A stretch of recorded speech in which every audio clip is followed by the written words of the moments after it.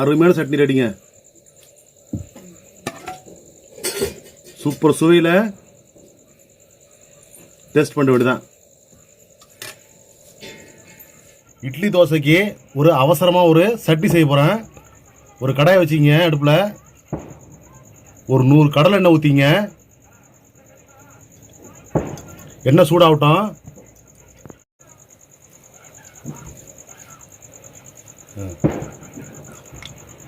ஒரு 1/4 கிலோ நறுக்கின வெங்காயத்தை இதை அப்படியே போட்டு வதக்கிக்கிங்க. நல்லா வதக்கணும். இந்த வதக்கிறது தான் சட்னி நல்லா டேஸ்ட்டாக இருக்கும்.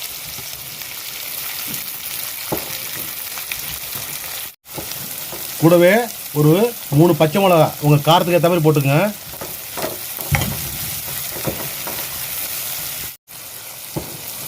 இது கூடவே உரிச்ச பூண்டு பல் ஒரு 10 போட்டுங்க. இது நல்லா போட்டு நல்லா வதக்கிங்க.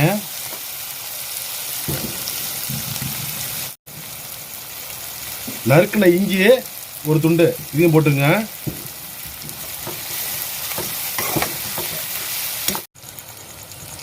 இது கூடவே ஒரு ஸ்பூனு கல் உப்பு போட்டுங்க.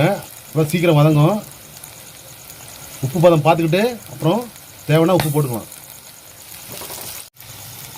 இது நல்லா பொன்னிறமாக வதக்கிக்கணும். வெங்காயம் நல்லா வதங்க விட்டு தான் கடைசியாக தக்காளி போடணும். ஒரு 3 தக்காளி போட்டுக்கணும் கடைசியாக. வெங்காயம் வதங்க தான் டேஸ்ட் நல்லாயிருக்கும்.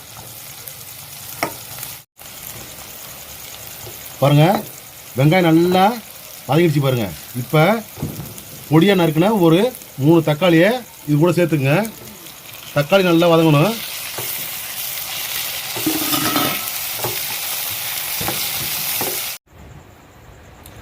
பாருங்கள், நல்லா ஆறிடுச்சு.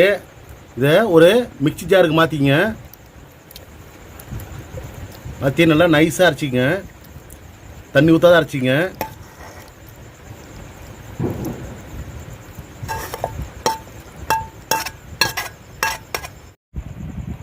பாருங்கள், நல்லா நைஸாக அரைச்சாச்சு. இப்போ கொண்டு ஒரு தாளிப்பு கொடுத்துருவோம். கடுகு உளுத்தம்பருப்பு போட்டு தாளிச்சிடுவோம். ஒரு வானலில் லைட்டாக 1 ஸ்பூன் அளவுக்கு எண்ணெய் ஊற்றிங்க. எண்ணெய் சூடானதும் கடுகு போட்டுக்குவோம்.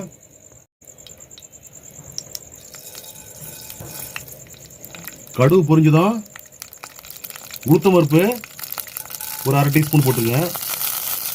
கடுகு உளுத்தம்பருப்பு நல்லா பொரிஞ்சிச்சு. கருவேப்பிலை போட்டுங்க. இப்போ அரைச்சி வச்சுக்கிற நம்ம சட்னியில் ஒன்றா கலந்துக்குவோம். இது கூடவே ஜார் நல்லா கொஞ்சம் தண்ணி ஊற்றி கடைசியாக அலசி ஊற்றிடுங்க. இதில் ரொம்ப தண்ணி ஊற்ற வேணாம். பாருங்கள், அருமையான வெங்காயம் தக்காளி சேர்ந்த சட்னி ரெடி ஆகிடுச்சு பாருங்கள். தோசை இட்லிக்கு சூப்பராக உடனடியாக செஞ்சு சாப்பிட்லாம். உப்பு தேவைன்னா போட்டுங்க. ஏற்கனவே உப்பு போட்டு வதக்கியிருக்கோம். டேஸ்ட்டு பார்த்துட்டு உப்பு போட்டுங்க. நல்லா சூடான இட்லியோட இந்த சட்னி வச்சு சாப்பிட்ருவோம். பாருங்கள், அருமையான சட்னி ரெடிங்க. சூப்பர் சுவையில் டேஸ்ட் பண்ண வேண்டியதான்.